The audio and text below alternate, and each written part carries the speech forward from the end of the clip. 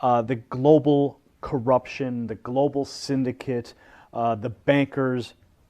Who are these people? Who are the individuals? Who are the puppet masters pulling the strings of the banker? Larger scale, and what we're dealing with actually is humanity and the elite, the secret societies, the Vatican. They're traitors of the Philippines. In 1949, the two richest men in the world were Father Jose Antonio Diaz and attorney Ferdinand Marcos. Between the two of them, they legitimately earned and owned 192,000 metric tons of gold.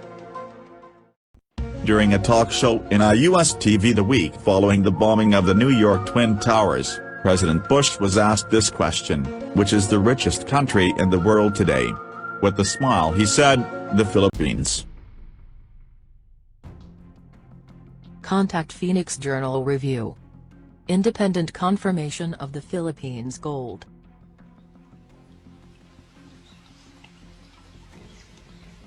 Throughout the Spanish occupation of the Maharlika, members of the Tayong Italiano clan have been visiting Europe since some of their relatives were English and Austrian. From 1866 to 1898, Prince Julian Maglio Italiano, who became title holder of OCT 01-4 in 1864, had also been frequenting the Vatican. In 1934, under Pope Pius XII, the Vatican negotiated with a member of the Filipino royal family, the Christian Italiano clan in the Maharlika. An agreement was reached that 640,000 metric tons of the Italiano gold would be lent to the Pope.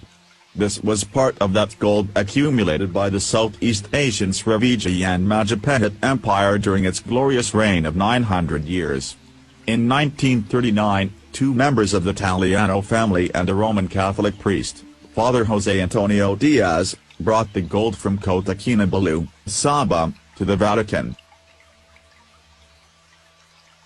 After doing this, Father Diaz went back to the Maharlika and resided in Cabanatuan City. After World War II, he facilitated the safe return of the 640,000 metric tons of gold from the Vatican to the Maharlika. Manuel Acuña Rojas, a relative of the Acuña Tayong Italiano clan, then a congressman, and Bishop Enrique Sobrepena Sr., in the presence of attorney Lorenzo Cañada, received the gold in Manila. Having gained the trust and confidence of Father Diaz, the Italiano clan made him the main negotiator and trustee of their gold.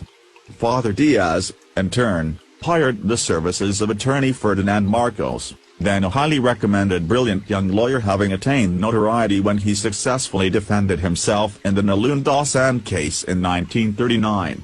The Italiano clan paid commission to Father Diaz and attorney Marcos in gold, 30% from the principal of 640,000 metric tons. In 1949, the two richest men in the world were Father Jose Antonio Diaz and attorney Ferdinand Marcos. Between the two of them, they legitimately earned and owned 192,000 metric tons of gold. Ferdinand Marcos, who threw their share of the gold from the central bank and minted it, RPCB.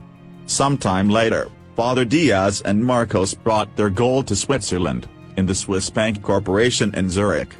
The remaining 400,000 metric tons of Italiano gold is in the third-floor basement of the central bank minting plant in East Avenue, Quezon City.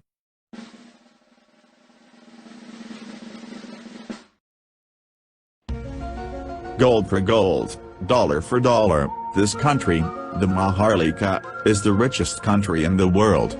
During a talk show in US TV the week following the bombing of the New York Twin Towers, President Bush was asked this question: which is the richest country in the world today? With a smile he said, the Philippines.